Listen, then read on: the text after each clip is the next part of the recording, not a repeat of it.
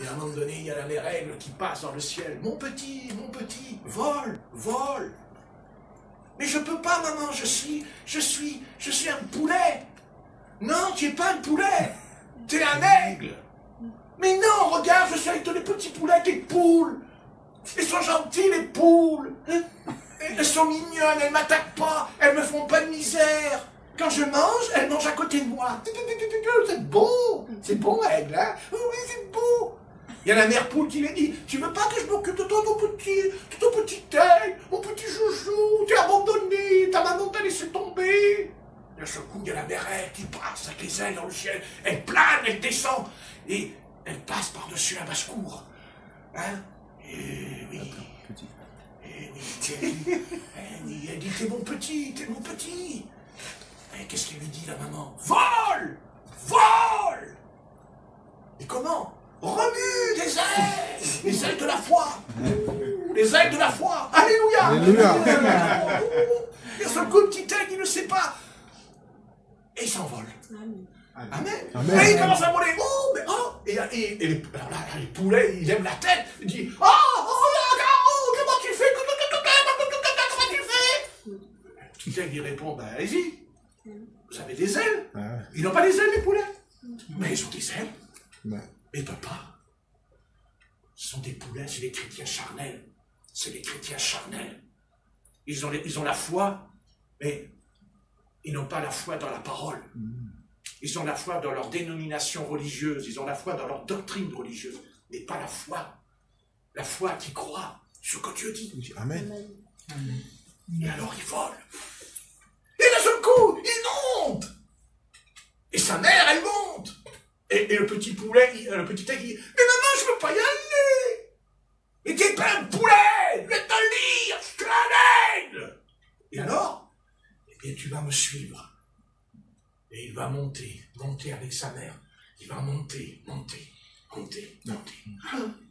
Oh, je meurs pas. Le petit poulet, il monte là-haut. Il redescend aussi vite qu'il est monté. Il ne peut pas respirer. Pourquoi? Parce qu'il n'a pas les poumons. Et c'est ça l'enlèvement. C'est ça l'enlèvement de l'Église. Nous serons enlevés parce qu'on est un aigle.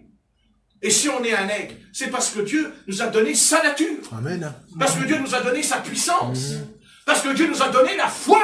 Amen. La foi. Un aigle, un oiseau a 2 ailes. Et on a la foi, la parole et la prière. On a les 2. La prière et la foi. Et quand la trompette sonnera, on entendra la trompette. C'est la mère aigle. Monte. T'es pas un poulet. T'es pas un poulet dénominationnel. T'es pas un poulet pentecôtiste ou baptiste, méthodiste, catholique, protestant. Ça, c'est des poulets. Toi, tu es un aigle. Amen. Vole. Amen. Et d'un seul coup, on va s'en aller. Ah, on va partir, dis donc. Et les autres chrétiens qui seront, ils diront, oh, ils s'envolent. Oh, attends, comment tu fais? Moi, je répondrai, écoute, j'ai pas le temps. Hein. Moi, le Seigneur, il m'a dit, monte, je redescends pas. Parce que si je redescends, eh bien, je risque de rester. Ben oui, parce que c'est le temps de l'enlèvement. C'est le temps. C'est le temps, et ce temps viendra. Mais vous l'entendrez, le cri. Dans la nuit, jaillira un cri. Est-ce que c'est pas le cri de l'aigle? Non, c'est le cri. Et ce cri, nous allons le reconnaître. Nous allons l'entendre. Et les 10 vierges, les folles et les sages, même les folles l'entendront. Mais elles ne peuvent pas. Elles ne peuvent pas.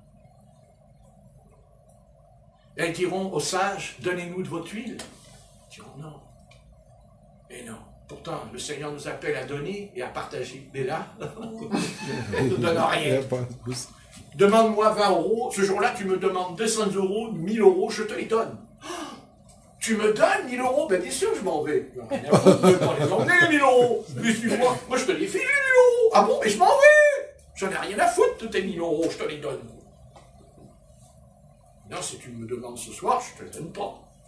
Je ne suis pas enlevé, je serai sur la terre. Faut que je paye les frais, faut payer. Et un jour viendra que ce sera fini. Amen. Et ça viendra. Et peut-être plus tôt que nous pourrions l'imaginer. Parce que la Bible dit que vous ne connaissez ni le jour et ni l'heure. Et ça, on ne sait pas. Mais on sait que ce jour viendra. Et qu'on partira. Et on va s'en aller.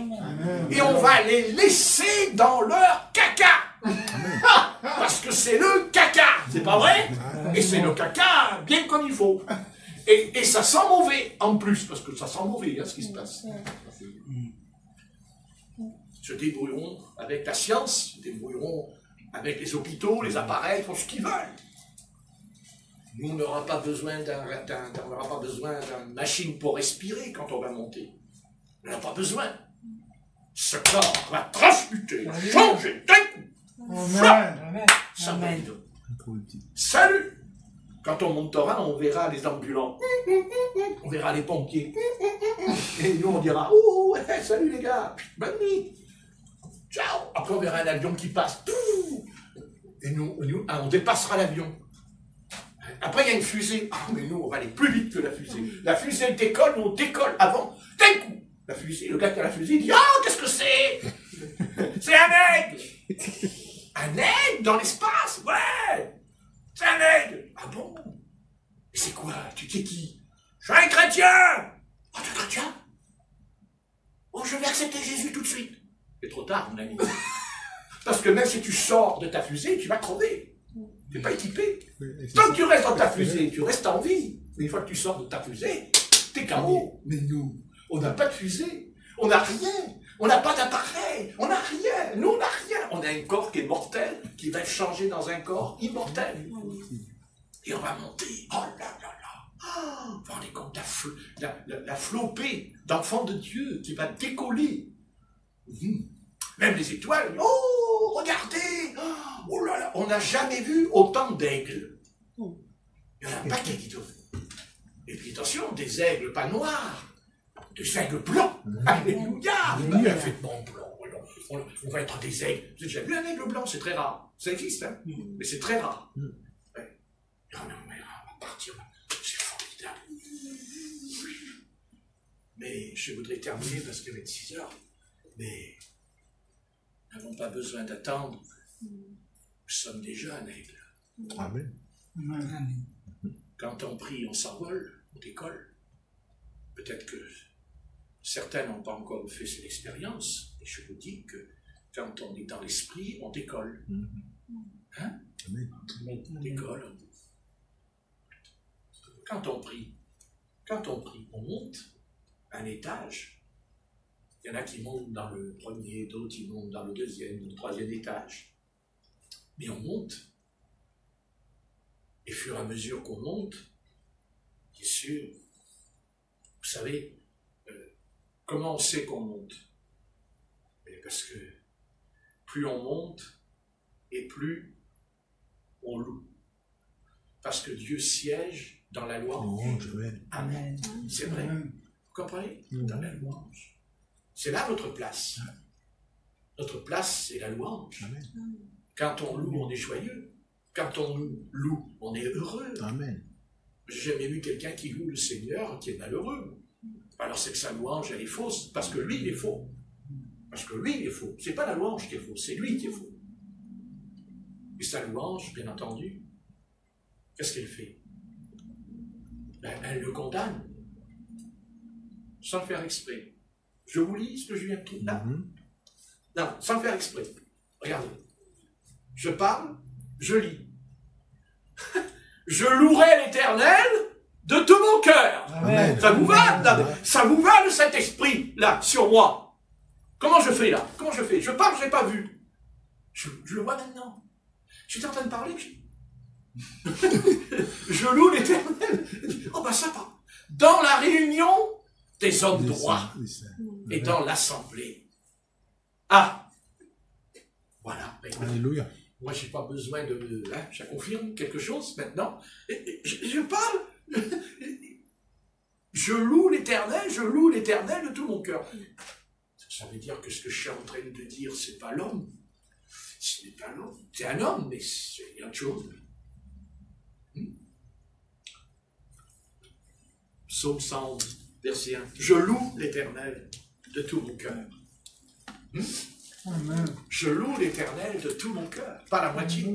Si je loue l'Éternel à moitié, c'est que mon cœur est partagé, c'est que mon cœur est coupé en deux, c'est qu'il est dans le monde, vous voyez, c'est qu'il n'est pas tout entier. Le cœur est partagé. Tout mon cœur. Eh oui, c'est ce que je disais tout à l'heure. Dieu nous veut tout entier. Intègre. Et c'est ce qu'Adam n'a pas été. Adam n'a pas été tout entier. Il a été partagé entre Ève et Dieu. Et il a choisi. Mais il a fait un mauvais choix. Parce qu'il a oublié que Ève ne lui a pas été donnée. Il lui a prêté. Il lui a pas donné. Il lui a prêté. Et c'est pareil pour les enfants. Dieu ne nous a pas donné des enfants. Il nous les a prêtés. Et il peut les reprendre quand il veut. C'est différent entre donner et prêter. C'est pas la même chose. C'est pas vrai? Dieu n'est pas obligé de faire nos exigences. Non.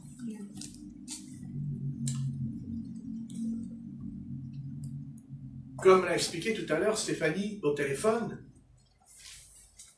on prend dans Job, au chapitre 1, dans Job, chapitre 1, dans l'Ancien Testament, le livre de Job.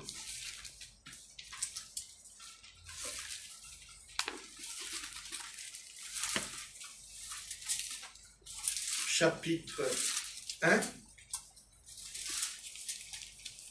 Josué, non? Job. Job? Job, c'est pas Josué. Non. Job. Là, tu n'as pas la vision d'un aigle. Le poulet. Plutôt, oui. Ressemble à la poule. Oui, c'est possible. On va te faire cuire tout à l'heure. On va s'en régaler. Parce que tu as des bras bien... Bim dodu. Ouais, absolument. Faut bien rire un peu. Dans Job. Pour Stéphanie. Je comprends pourquoi elle ne veut plus revenir ici. Bien celle-là. C'est pas faux. Bon, non, ne t'inquiète pas, c'est pour dire. On ne te mangera pas. On te mangera pas. Je suis pas mangeable de toute façon. Non. Tu manges les autres, mais pas autant. C'est dans Job. Bon. Dans Job 1. Donc, le chapitre 1 nous dit, nous parle et nous dit ce que Satan est capable de faire, n'est-ce pas? Job, chapitre 1, on ne va pas lire, c'est trop long. Mais, quand on le lit, on voit ce que Satan est capable de faire. On voit sa vraie nature, on le connaît sur son vrai jour. Et nous savons qu'il prend plaisir à faire le mal. Et même, il s'en prend même aux animaux. Il s'en prend aux brebis. Il démolit la maison. Il s'en prend même au mur. Et il ôte la vie aux êtres humains. Là, au chapitre 1. Et tout ce qui est arrivé dans ce passage est dû à un homme. Qu'est-ce que Satan n'a pas fait pour détruire un homme? Qu'est-ce que Satan n'a pas fait pour pousser Job au suicide? Parce qu'il y en a d'autres qui seraient suicidés avec ce qui lui est arrivé, ici, dans le passage. Et après, c'est pire, au chapitre 2. Donc, si Satan n'existe pas, moi je veux bien que les païens disent « Oh, mais Satan, ça n'existe pas. » D'accord, mais attendez, Job, donc, l'écrivain, il a une sacrée imagination, hein? Vous croyez pas? Seulement, c'est pas une imagination. Parce que ce qui se passe dans le livre de Job, c'est exactement ce qui se passe aujourd'hui dans le monde. Tremblement de terre, séisme, tsunami, pluie torrentielle, pandémie, guerre, bruit de guerre. Donc, ok, c'est bon, c'est la Bible. La Bible, c'est la Bible, elle a raison, c'est vrai. Amen. Et tout ça pour un homme. Pour un homme. Qu'est-ce que Satan n'a pas mis en place dans son royaume? Combien il a dû faire appel à une armée pour faire ce qu'il a fait? Parce qu'il n'a pas fait ça tout seul, il a une armée avec lui. Vous vous rendez compte? il ne s'en prend pas à une nation, il ne s'en prend pas au monde, il s'en prend à un homme. Et peut-être que tu es cet homme-là ce soir, que tu es cette femme-là ce soir, et que Satan t'en veut, et que Satan te réclame comme il réclama Simon-Pierre, pour l'anéantir. Et cet homme-là, quand on lit que la Bible dit, quand Dieu dit à Satan, as-tu remarqué nos serviteurs Job, il n'y a personne comme lui sur la terre. Qui est Dieu qui a pu dire d'un homme? Comment Dieu a pu dire ça à Satan? Job n'est pas Jésus, Job n'est pas Moïse, Job n'est pas Élie. Mais Dieu dit au sujet de cet homme, as-tu remarqué mon serviteur? Il n'y a personne comme lui sur la terre, parce qu'il m'aime, parce qu'il observe mes commandements. Et Satan répondra, oui, bien sûr. Tu l'as béni, alors c'est facile, qui t'adore, tu le bénis. Et le conflit va être engagé. Dieu va être amené à céder dans quelque chose en disant, je te permets. Je te permets. Mais Dieu, quand il dit « je permets », il ne l'a pas fait par plaisir. Il n'a pas fait ça pour pas... Dieu n'a pas eu de plaisir à livrer Job. Mais Dieu a voulu montrer à Satan quelque chose. Et il a voulu montrer à Satan. Dieu a démoli Satan. En quoi il le démolit? Parce que Satan réplique. Quand l'Éternel lui dit « as-tu remarqué mon serviteur Job ?» Et Satan réplique en disant « oui, mais tu l'as béni. » Donc, puisque tu l'as béni, c'est normal qu'il te suive. Il te suit, hein. Mais maintenant, vas-y, enlève tout ce qu'il a, et on verra s'il ne va pas te maudire en face, dit le texte. Et Dieu, lui, qu'est-ce qu'il fait? Elohim rentre dans cette affaire en lui disant, ok, je te permets, vas-y. Seulement là où Satan a dû en prendre un coup dans le foie, parce qu'il en a pris un coup dans le foie. Ça, c'est certain. Et on va le lire. Job, chapitre 20. Le verset 8. Et, attendez. Job, chapitre... voilà, non, c'est pas chapitre 8. Le verset. Non. C'est... c'est le verset 20. Ah. Verset 20, c'est mon sujet, excusez-moi, mais moi je suis dans mon thème. Non, mais je comprends, on verra, peut-être, on pourra regarder. Mais, verset 20. Alors Job se leva, déchira son manteau, se rasa la tête, puis se jetant par terre, il se prosterna et dit, je suis sorti saint, je suis sorti nu du sein de ma mère, et nu je retournerai dans le sein de la terre. L'Éternel a donné, l'Éternel a ôté, que le nom de l'Éternel soit béni. En tout cela, Job ne pécha point et n'attribua rien d'injuste à Dieu. Oula! Et là, je vous dis pas, le diable, il est reparti la tête entre les jambes. Parce que ça, il ne s'y attendait pas. Parce qu'il ne faut pas oublier que le déclencheur de faire du mal à Job, ça a été justement quand Dieu lui a dit, as-tu remarqué? Et Job réplique en disant, oui, mais tu l'as béni. Et donc Dieu lui dit, bah vas-y, d'accord, il sera maudit pendant un temps, et on verra ce que Job va répliquer. Mais Dieu connaissait la réponse. Dieu savait ce que Job allait dire. C'est pour ça qu'il a permis. Non, il n'aurait pas permis. Mais il savait. Amen. Il savait ce que Job allait dire. Mais Dieu ne lui a pas dit. Elohim ne dit pas à Job ce qu'il va dire. Mais il le sait. Autrement, il n'est pas Dieu. Il ne sait pas ce que il dit que Dieu connaît nos paroles, nos pensées avant qu'on les prononce. Donc, il savait. Et Dieu n'a rien dit parce qu'il a dit, tu vas voir. Je vais te coincer, toi. Et Dieu l'a coincé. Parce que Dieu avait totalement confiance en Job. Oui, parce que si Dieu a dit, il n'y a personne sur la terre comme lui, c'est que Dieu savait ce qu'il disait. Et il savait que Job allait dire, l'Éternel a donné, L'Éternel a ôté. Oui. Et là, c'est beau que le nom de l'Éternel soit béni. Et le diable, il est reparti complètement à l'envers. Est-ce que nous, on serait capable de parler comme lui quand ça tourne au vinaigre dans nos vies? Eh oui, eh oui. Voyez, je vais vous montrer dans quel état était cet homme. L'état, comment il était cet homme au fond de lui. C'est énorme. Vous voyez, il y en a beaucoup des hommes comme ça aujourd'hui. Quand ça lui tombe sur le coin de la figure, il peut parler comme ça. Et maintenant, on prend le chapitre 2, s'il vous plaît. Chapitre 2. Chapitre 2.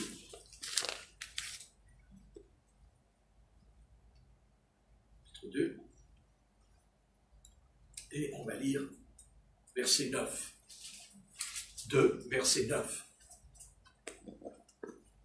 Même on va lire le verset 7. Verset 7. Et Satan se retira de devant la face de l'Éternel, puis il frappa Job d'un ulcère malin, depuis la plante du pied jusqu'au sommet de la tête. Et Job prit un tesson pour se gratter et s'assit sur la cendre. Vous voyez, même si on a le virus, on ne se voit pas encore sur la cendre comme lui. Hein? Eh oui. Sa femme lui dit, ça c'est Ève qui parle, c'est Ève, elle parle à Adam. Tu demeures ferme dans ton intégrité, mais maudit Dieu et meurs. Eh bien, dis donc, s'il avait su, il ne serait pas marié avec elle. Ouais. Ah non. C'est sûr, hein. Oui. Ah ben moi je ne me marie pas avec une femme qui me dit, d'abord qui me dit maudit Dieu, ça, c'est grave. Et puis qui me dit, tu peux crever. Tu peux crever. Comme ça j'aurai le pognon que tu as sur ton compte en banque. Et je pourrai faire ce que je veux. Verset 10. Mais Job lui répondit, tu parles comme une femme insensée. Quoique nous recevons de Dieu le bien et nous ne recevrions pas aussi le mal. En tout cela, Job ne pécha point par ses lèvres. Et paf. Et voilà. Et oui. Et il y a à retenir aussi quelque chose dans ce que je vous explique, c'est que Satan n'abandonne jamais le combat. Parce qu'il est revenu la deuxième fois. Et oui. Et on retrouve la même synthèse, on retrouve le son dans notre oreille, que Satan voulait amener Job à quoi faire? À maudire Dieu. Et à dire, mais Dieu, si tu existais, ça ne m'arriverait pas. C'est pas juste. Mais il ne l'a pas fait. Il ne l'a pas fait. Et, non. Et cette épreuve, elle est intéressante parce qu'elle révèle exactement ce que l'Éternel a dit à Job, à Satan.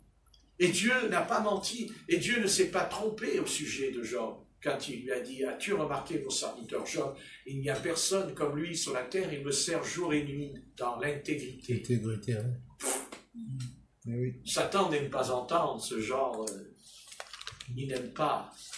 Et pourquoi il n'aime pas ça, Satan? Parce que Satan n'aime pas l'homme. Parce que Satan n'aime pas l'homme. Il est l'homme. Et pourquoi Satan est l'homme? Parce qu'il est jaloux. Et pourquoi il est jaloux? Parce qu'il a pris sa place. C'est pas Dieu qui prend la place de Satan. Dieu n'a pas besoin de prendre la place de Satan. Satan, c'est lui qui voulait prendre la place de Dieu, pas Dieu. Dieu, lui, il n'a rien à foutre de sa place. Il s'en fout, Dieu, de la place. Dieu, il n'est pas grand parce qu'il a la place. Il est grand parce qu'il l'est. Je suis celui qui suis. Il est. Satan, lui, il veut prouver qu'il est. Mais il ne l'est pas. Sa nature l'empêche. Et Job est un homme, et je vous signale que ça existait avant Moïse. Ça date du temps des patriarches. Certainement avant, ou peut-être, je ne sais pas, après Abraham. Et c'est énorme. C'est énorme. Il n'y a pas avec lui une assemblée. Il n'y a pas là le peuple d'Israël encore. Il va parler d'Israël. On ne sait pas s'il est juif ou pas. On ne le sait pas. On sait qu'une chose, c'est qu'il aimait Elohim. Il connaissait Elohim. Il connaissait Adonai. Comment il l'a connu? Je ne sais pas, mais il le connaissait bien. Puisqu'il était tellement profond que quand ses fils et ses filles allaient manger, il faisait un autel et il priait pour eux parce qu'il allait manger. Donc, vous vous rendez compte? Et pourtant, le malheur lui est tombé sur le coin de la figure. Et c'est vrai que ça, il ne le méritait pas, puisqu'il était vraiment fidèle. Mais Dieu, lui, il savait ce qu'il faisait. Il sait ce que Dieu fait. Dieu a renversé Satan. Dieu a renversé vraiment l'ennemi de l'univers. Il l'a renversé par cette parole. Pourquoi je ne recevrai pas de Dieu le bien et le mal? Mais c'est facile à dire, hein, mais c'est pas simple quand ça arrive, c'est dur. Mais lui, Job, il a tenu. Mais pourquoi? Mais parce que Job n'a pas eu besoin d'avoir cette épreuve pour être de Dieu. L'épreuve n'a pas fait de lui qu'il est de Dieu. Il a toujours été de Dieu, Job. Et c'est pour ça qu'il a tenu, parce qu'il était de Dieu. Et Dieu a lancé un défi à l'ennemi. Dieu n'a pas lancé un défi à Job. Il a lancé, et Job d'ailleurs, il ne sait même pas que c'est Satan. Il ne connaît pas, il ne sait pas. Job ne sait pas ce qui se passe dans l'invisible. Il en subit les conséquences, puisqu'il a un ulcère. Hein, il est malade, il tombe malade. Ce qui veut dire qu'il n'était pas malade. Il était en bonne santé. Ça montre aussi que la maladie ne vient pas de Dieu, là, quand on lit. C'est pas Dieu qui a envoyé l'ulcère, c'est Satan qui a envoyé l'ulcère malade. Donc la pandémie, c'est pas Dieu qui l'a envoyé. Ben, il faut arriver à comprendre ce qui se passe. Mais Dieu, lui, contrôle toutes choses. Amen. Dieu contrôle la pandémie. Dieu contrôle. C'est vrai que ce virus, il fait des dégâts. Mais moi, je sais que Dieu contrôle la situation. C'est Dieu qui est au volant. C'est Dieu qui tient les manettes. Ne vous inquiétez pas, il tient bien les manettes, le Seigneur. Mais oui. Amen. Il sait ce qu'il fait. Et Dieu a amené Job, parce qu'il fallait amener Job à quelque chose. C'est parce que, au fond de lui, il était intègre, il était droit. Mais le problème, c'est que Dieu a vu qu'il pensait que c'est grâce à ça qu'il était juste.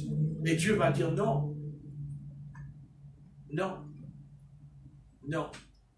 Non. Tu n'es pas sauvé par les hommes, tu es sauvé par la grâce, mon ami. Amen. Eh oui. Si tu es debout, oui, eh oui. Parce qu'au bout de quelques années, quand on sert Dieu, on a l'impression qu'on est tellement différent des autres, tant mieux pour nous. Mais attention, la chute, elle peut arriver vite, quand on se croit sûr. Et Dieu a dit non, Job. Et vous voyez, Job a été loin dans sa pensée. C'est un homme qui va loin dans sa pensée, parce qu'il s'exprime en disant, à la fin de l'épreuve, parce que si Dieu permet une épreuve, c'est qu'il y a un commencement, mais il y a aussi une fin. Hein? Il y a une fin. Le virus, il aura une fin. Le virus, il aboutira à quelque chose. On ne sait pas encore où va nous mener ce qui se passe en ce moment sur la Terre. Mais on sait une chose, c'est que nous, de toute façon, ce n'est pas le virus qui nous contrôle. Ce n'est pas le virus qui nous influence. Nous, c'est Dieu. C'est Dieu qui nous influence notre esprit en nous. Amen. Amen. C'est lui qui guide la chose. Et à la fin de l'épreuve, Dieu viendra le voir dans sa chambre, il est dit dans un tourbillon, dans une tempête, dit le texte. Et le texte en hébreu, il dit dans un tourbillon, Dieu est rentré comme une tornade. Et une tornade est rentrée dans la chambre, oui. Et une petite tornade, tout petit. Et ça fait. Et c'était l'Éternel qui est venu. Vous comprenez? Il est venu. Il a pris cette forme dans la tornade, comme il prend la forme dans la colonne de feu, dans la colonne de nuée. Oui. Et là, vous lirez, au dernier chapitre, l'Éternel, il dit, est-ce que tu étais là? Est-ce que tu étais là? Amen. Est-ce que tu étais là? Est-ce que tu étais là quand j'ai créé le dragon? Est-ce que tu es là quand j'ai créé l'hippopotame? Est-ce que tu étais là et ceci, cela? Et Job, il dit, non. Et là, Dieu va mener Job. Voyez, Dieu, il est patient, il va l'amener et il dira, ô Éternel, mon oreille avait entendu parler de toi, mais maintenant, c'est-à-dire maintenant, ça veut dire le changement en lui, maintenant, mes yeux tombent. Et il a vu Dieu comment? Pas seulement dans le tourbillon, il l'a vu dans l'épreuve. Il l'a vu dans l'épreuve. Il l'a vu quand il a été guéri. C'est pour ça que Jésus-Christ guérit les malades. Amen. Vous comprenez? La guérison, vous devez croire en la guérison divine. C'est votre pain. Savez-vous que la guérison, c'est votre pain? Vous avez le droit de demander à Dieu le pain. Dieu a dit, je suis le pain qui est descendu. Dieu n'est pas descendu. Voilà. Jésus descend du ciel et dit, je suis le pain de vie. Regardez le pain. Vous le regardez, vous le contemplez, mais vous ne le mangez pas. C'est insensé. Et la guérison, c'est le pain. C'est une promesse. Elle est pour moi, elle est pour vous. Que j'y crois ou pas, ça ne change rien. Il dit, mangez ce pain.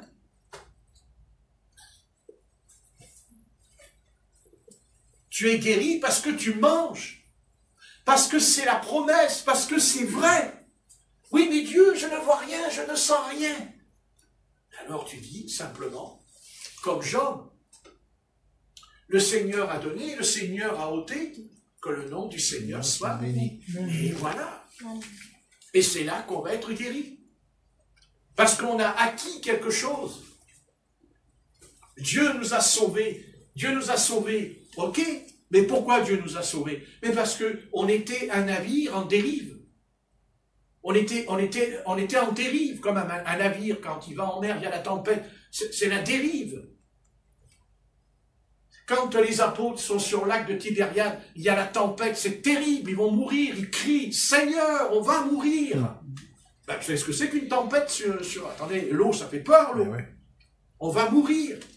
Alors que quelques jours avant, l'apôtre Pierre avait marché sur l'eau. Et là, après, il a peur. Vous voyez? Mais pourquoi le Seigneur permet tout ça?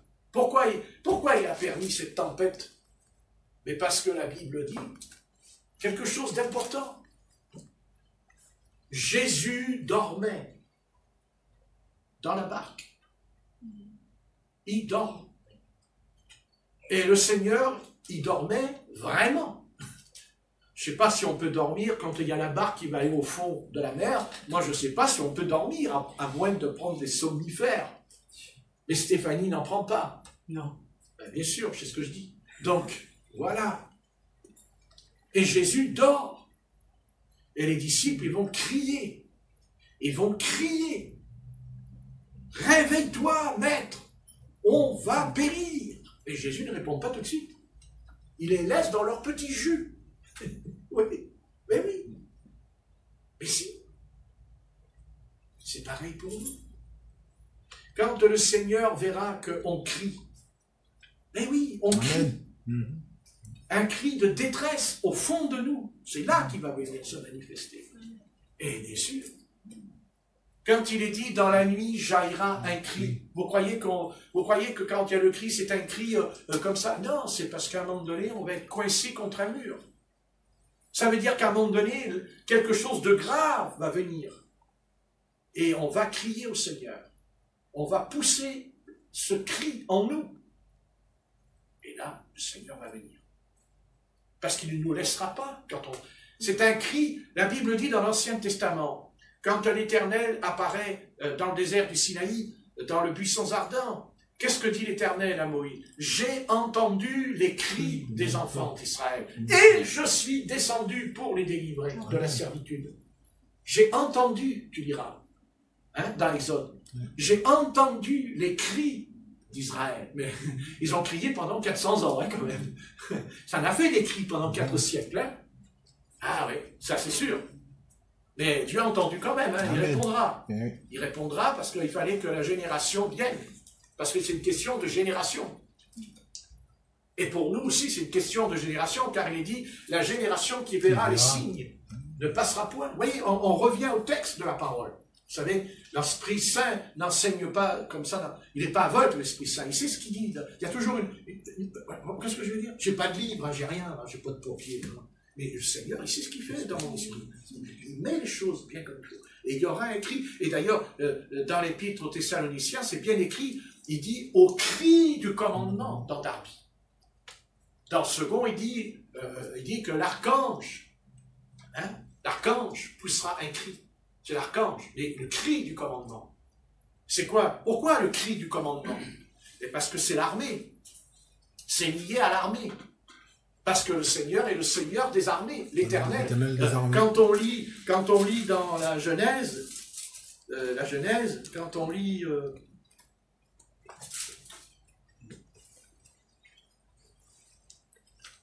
au chapitre 2 et au verset 1, hein, quand on lit, quand Dieu a fini d'achever tout, le texte m'a toujours un peu frappé, il dit « Ainsi furent achevés les cieux et la terre et leur armée ». Vous lirez. Et leur armée. C'est qui leur armée? Ben, c'est les anges. C'est les anges. C'est l'armée de l'Éternel. Dieu n'a pas créé seulement la terre et les cieux, il a créé une armée. L'armée de Dieu. Et cette armée de Dieu, on la retrouve beaucoup dans l'Ancien Testament. Par exemple, avec Élisée et son serviteur qui a eu peur et qui a dit « Ouvre-lui les yeux » et il a vu l'armée de l'Éternel en haut des montagnes. Il dit des soldats avec le feu, des chars de feu, tout, il y a l'armée de l'Éternel. Mais nous aussi, l'armée est autour de nous, on ne le voit pas, mais il y a l'armée de Dieu autour de nous, on est protégés. Amen. Amen. Parce que, vous comprenez, Jésus le dira à Pilate. Jésus le dira à Pilate, il le dira à l'apôtre Pierre aussi, ça, cette phrase. Il dira, j'ai 12 légions d'anges, je les appelle. Et il dira à Pilate, il le dira aussi, et dira, je peux appeler une légion, je peux le faire. Il dit, mais ils sont où tes serviteurs? Mais t'inquiète pas, il lui répond, j'ai les légions. Toi tu as tes légions romaines, moi j'ai les miennes. Mais tu ne ferais pas le poids, tu n'irais pas loin avec tes légions romaines. Hein? Mais Jésus ne l'a pas fait. Et pourquoi il ne l'a pas fait? Pour nous. Amen. Quand on l'a lu, enfin on ne l'a pas lu, mais je l'ai dit en priant. Mangez ce pain qui est mon corps, qui a été livré. Autant Satan nous a livrés, autant le nouvel Adam s'est livré pour nous sauver. Seigneur, nous te remercions pour ta patience. Nous te remercions pour ton amour. C'est pas facile, Seigneur, d'expliquer les choses, mais toi, tu sais par où nous devons passer, ou par où nous sommes déjà passés.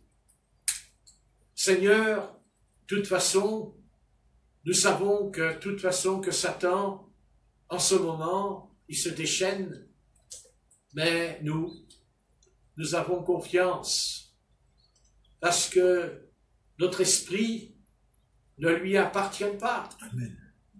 Que notre esprit, Seigneur, car nous sommes un avec ton esprit. Amen. Nous sommes un.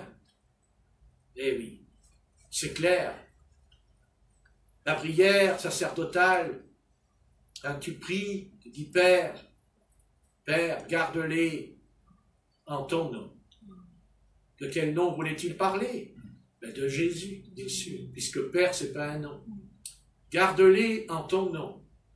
Père, tu me les as donnés, ils sont à toi. Père, ils sont un, comme moi je suis un avec toi. Et ce soir, nous sommes un avec le Seigneur Tout-Puissant, Créateur des cieux et de la terre et des firmaments. Nous sommes heureux de savoir que, Seigneur, tu as une armée, des légions, 12 légions tu as, et tu es capable de nous en envoyer une seulement. Alors, nous n'avons pas peur. Nous ne vivons pas dans la peur de ce qu'on va manger, de ce qu'on va boire, comment on va s'habiller, car le Seigneur a dit, c'est les païens qui recherchent ces choses, mais vous, cherchez le royaume de Dieu, et sa justice et toute chose vous sera donnée par-dessus tout. Alors, restons tranquilles, paisibles, et puis, fait que si on peut rendre témoignage, eh bien, place une âme sur votre route, et fait que nous soyons à la hauteur, car il ne faut pas seulement parler du Seigneur, parce qu'il faut que ce qu'on dit aux âmes, il faut que ça soit formé et vécu en nous par l'expérience que nous avons acquis par des épreuves, par l'épreuve, par la sanctification. Jésus, quand il parle, c'est pas seulement les paroles qui ont troublé les hommes, c'est son état, c'est sa vie à lui, son état physique même. Qu'il en soit ainsi pour nous, puisqu'il a été ainsi pour les apôtres. Seigneur, c'est pas ce qu'on va dire qui va toucher, c'est ce qu'on est. Et si on est vide, car on peut parler de Dieu et être vide, c'est certain, parce que c'est l'intellect qui parle, ce n'est pas l'Esprit Saint, parce qu'il y a le vide à l'intérieur, il n'y a pas d'eau, il n'y a pas de pain. Je ne peux pas nourrir l'Église si moi-même je ne me nourris pas. Je ne peux pas nourrir le païen si je ne suis pas nourri moi-même. Ça n'a pas de sens. Le Seigneur dira au sujet de Jean-Baptiste, un homme ne peut donner que ce qu'il a reçu d'en haut. Et on ne peut rien donner si on n'a pas reçu d'en haut. Et pour recevoir d'en haut, il faut se consacrer. Il faut prendre la consécration en méditant la parole jour et nuit, comme le faisait David sur sa couche. Oui. Alors, il était nourri, parce qu'il est devenu lui-même le pain. Et nous aussi, on devient du pain. On devient du sel aussi. Que vos paroles soient salées, dira le Maître. Alors, Seigneur, ne voulons pas savoir, connaître seulement, mais nous voulons que tu nous transformes à ton image et à ta ressemblance dans la stature parfaite, car il est parlé de la stature, l'apôtre Paul parle de la stature de l'homme parfait, car Christ a dit, soyez parfaits, comme votre Père céleste est parfait dans le ciel. Comment, en étant enfants de Dieu, pourrions-nous être imparfaits, car notre Père est parfait, et nous sommes ses fils et ses filles. Ça veut dire que nous lui ressemblons, mais nous sommes aussi des enfants rebelles et désobéissants par nature. C'est pour cela que nous devons veiller et prier, pour ne pas tomber, pour ne pas se laisser séduire par le malin, parce que c'est vrai qu'on est converti en Christ, ça ne fait pas de nous des super-hommes, non. On n'est pas libéré de ce Satan, car l'apôtre Pierre dira que le diable rôde autour de nous comme un lion rugissant. Donc on n'est pas du tout libéré de ce gaillard, mais en Christ, nous avons le dessus. Amen. Ah oui, c'est pas lui, c'est Jésus parlera de l'homme fort. L'homme fort. Qui est-ce qui est l'homme fort? Satan ou Christ en nous? Qui est l'homme fort? C'est Christ. Amen. Amen. Christ est plus fort que lui. Mais à condition qu'il demeure et que nous demeurions, nous aussi, en lui. Amen. Voilà. Nous sommes devenus une seule plante. N'est-ce pas? Une seule plante. Une seule chair en Christ. Maintenant, Seigneur, il ne s'agit pas que j'enseigne. C'est pas ça. Il faut que ce que je dis reste, demeure, mûrisse, travaille en nous. En nous. Il faut que ce qui a été dit aujourd'hui ne reste pas à la surface de l'eau. Mais comme le poisson, il ne vit pas à la surface de l'eau. Il descend. Il descend. Le poisson descend et l'aigle monte. Vous comprenez? Ben oui. Il vit dans son élément. Si le poisson sort de l'eau, il meurt. Il meurt, il ne peut pas. Et si un aigle reste toujours par terre, il meurt. Il a besoin de l'oxygène, il monte dans les cimes des cieux. C'est un aigle. Et nous aussi, on est un aigle. Nous sommes appelés épouses. Nous vivons déjà dans la cime des cieux. Notre esprit est déjà là, en relation avec l'au-delà, car nous croyons dans l'invisible. Nous croyons que nous ne sommes pas seuls, que nous sommes entourés par des anges, parfaitement. Et aussi, je pourrais aller plus loin, nous avons notre ange à nous. L'apôtre Pierre avait son ange, puisqu'il était en prison, et qu'il est venu le sortir de là. Amen. Parfaitement. Parfaitement. Le Seigneur a mis Un ange à côté de nous. On ne le voit pas, mais je sais qu'il est à côté de nous. Mais il peut se montrer s'il veut. Il l'a fait pour Samson. Il l'a fait pour Gédéon. Il l'a fait. Il l'a fait, c'est sûr. Et il peut le faire. L'âge ne compte pas. C'est pas l'âge qui compte. C'est pas le temps qui compte. C'est simplement le cœur de l'homme. C'est le cœur de l'homme. Plus le cœur de l'homme aime Dieu, plus Dieu se manifestera. Tout dépend de notre façon de l'aimer. Voilà. Dieu est venu vers Abraham parce qu'Abraham, il dit, il était l'ami de Dieu. Il aimait Dieu. Et Dieu est venu vers Abraham. Dieu est venu. Il est venu dans la forme d'un homme. Il est venu, il a pris la forme d'un être humain. Et la Bible dit que Abraham a dit, Seigneur, s'il y a 50 justes, tu sauves? Il a dit oui. 40, oui. 30, oui. 20, oui. 10, 5, oui. Oui, même s'il n'y en a que 5, je sauve. Mais il n'y en avait pas 5. Non, il n'y en avait pas 5. Il y avait Lot, ses 2 filles et son épouse. Et elle-même est devenue une statue de sel. Ça compte plus. Eh, pas beaucoup, hein. Eh non. Comme au temps de Noé, il n'y en avait que 8. Eh bien, si le Seigneur tarde, combien il y en aura? Hein? Si Dieu ne revient pas tout de suite, croyez-vous combien il va rester de chrétiens sur la terre, à l'allure où on va les affaires? Il l'a dit d'ailleurs.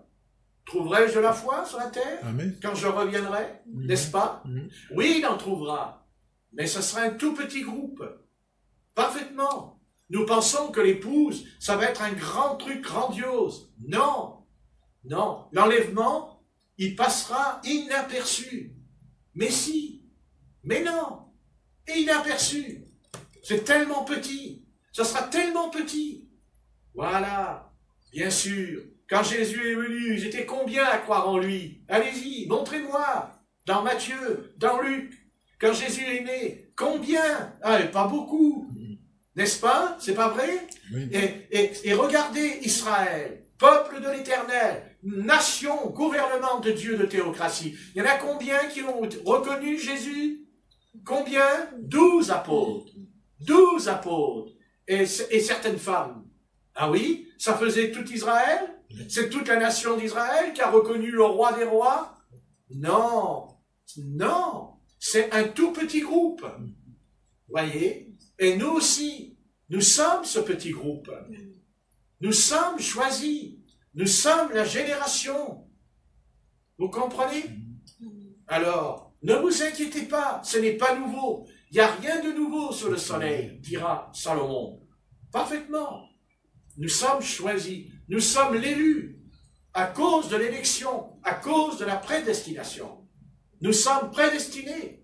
Avant que le monde fût créé, nous étions enfants de Dieu dans la pensée. Dieu, il pense. Il a dit, Patrick est mon fils, Philomène est ma fille, Nicolas est mon fils. Il a dit, et la chose arrive. Amen. Amen. La chose s'accomplit. Point à la ligne. Ça n'y changera rien que Satan vienne avec ses légions démoniaques et diaboliques contre nous. Ça ne changera rien. Dieu lui dira, il ne t'appartient pas. Il n'est pas toi, il n'est pas sien. Non. C'est pour ça qu'ils mangent le pain sans levain et boivent la coupe. Parce que c'est mon corps et ma chair. Et en faisant, ils sont à moi. Ils ne t'appartiennent pas. C'est tout. Tu peux les réclamer pour les cribler comme du froment. Mais j'ai prié pour eux, afin que la foi ne défaille point. Alléluia. Alléluia. C'est comme ça, et ce n'est pas autrement. Et nous irons jusqu'au bout, parce que le Seigneur le veut, parce que le Seigneur l'a décidé. Et si ce n'était pas vrai, alors on ne serait pas là ce soir ensemble.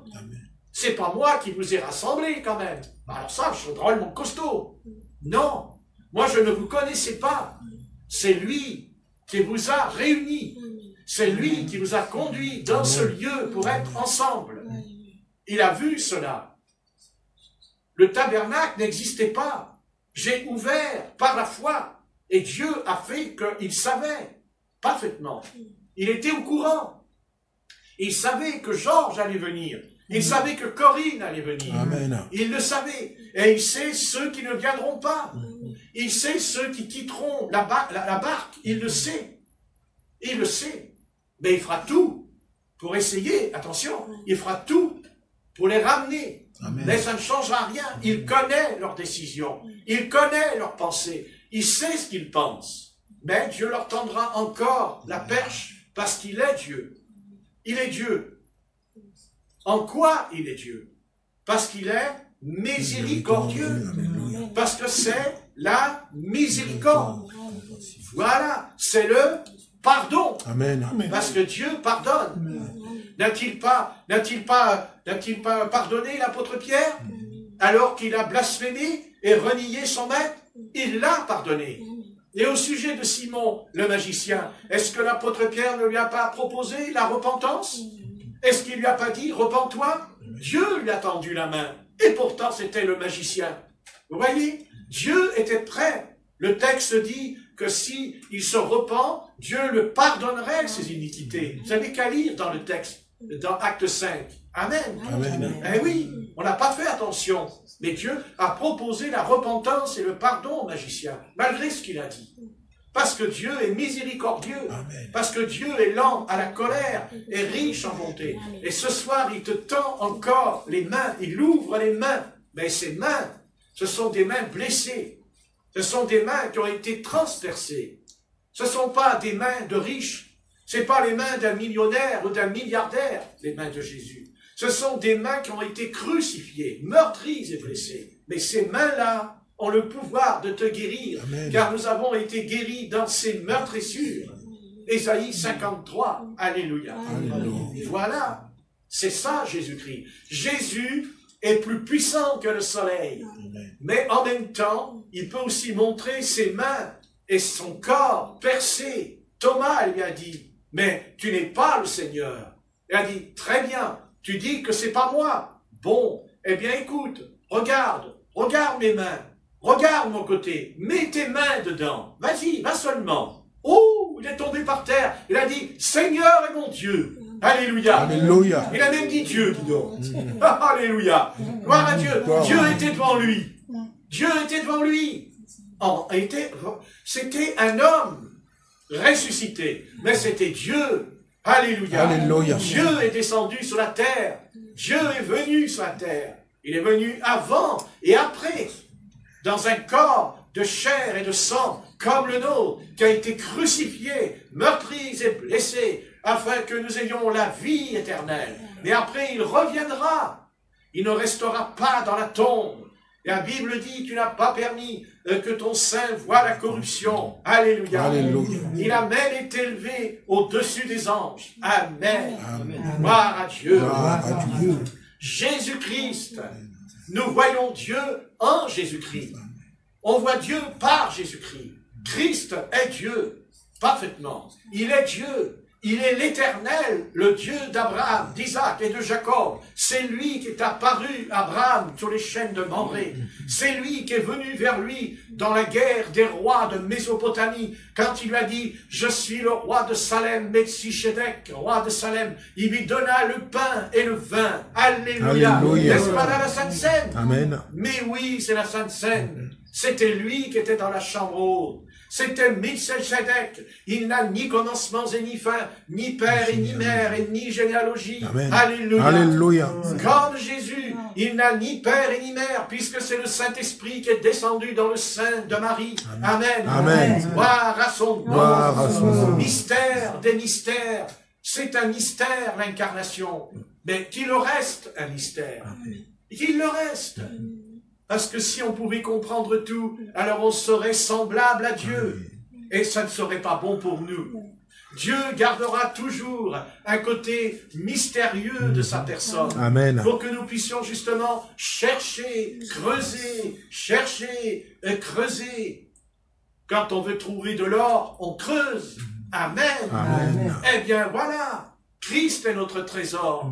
Et on creuse. Et vas-y, et on creuse. Mais on trouve les pépites. On trouve des pépites. Oui, une révélation, et encore une révélation, et encore une révélation. Mystère caché, brisé, dévoilé dans l'Apocalypse, dans les 7 sceaux, dans les 7 tonnerres. Alléluia. Alléluia. C'est lui. On ne peut pas comprendre les 7 tonnerres si c'est pas lui qui nous le révèle. Amen. On ne comprend pas les 7 sceaux par notre esprit intelligent, intellectuel. Ça ne marche pas. Non, c'est le Saint-Esprit qui révèle quand l'heure n'est pas là. L'heure n'est pas là. Mais quand l'heure viendra, alors le 7e ange sonnera de la trompette et le mystère de Dieu s'accomplira. Alléluia. Alléluia. Quand viendra l'heure, quand le moment viendra, quand l'heure, Jésus a dit, mon heure n'a pas encore sonné, mon heure n'est pas encore venue. Maintenant, il dit dans le jardin de Gethsémane, il dit, mon heure est venue, prenez-moi. Alléluia. Alléluia. Ils ont voulu l'arrêter, ils tombèrent par terre à 2 reprises. Mais il a dit, je vous dis, c'est moi, Jésus de Nazareth. Alors, attrapez, je vous le dis. Mais ils l'ont pas attrapé, il s'est livré. Il s'est donné. Et il s'est donné comme le pain qui est descendu du ciel. Voilà, mangeons le pain, lisons la Bible tous les jours, pas tous les 3 jours, pas quand on a envie, pas quand ça nous prend une lubie de lire la Bible. Non, on prend la Bible, envie ou pas envie.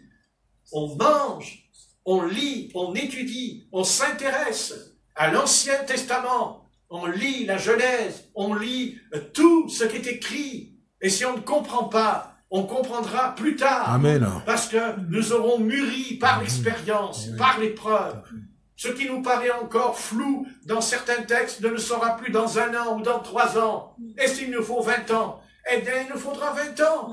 Mais on n'a pas perdu son temps pendant 20 ans. Parce que pendant 20 ans, on s'intéressait à Dieu. Amen. Amen. Amen. Voilà. Maintenant, Seigneur, je vais arrêter. Je connais ma faiblesse de rester. Tu connais pourquoi. Mais il faut rentrer. Et je comprends ces choses. Mais c'est dur.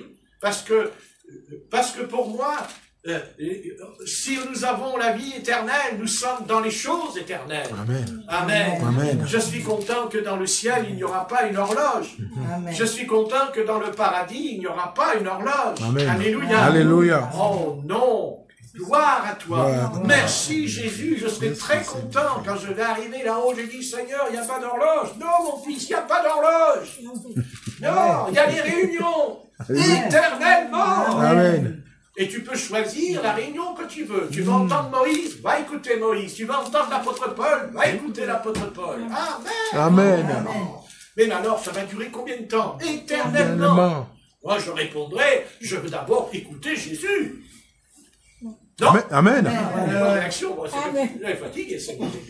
Bon, maintenant j'arrête. Que le Seigneur vous bénisse. Amen. Que le Seigneur te bénisse. Elle vous bénisse. Amen. En répandant sur vous des choux-fleurs. Amen. Ah non. Non, non. J'ai fait exprès pour voir ce que vous alliez dire. Voilà, les enfants.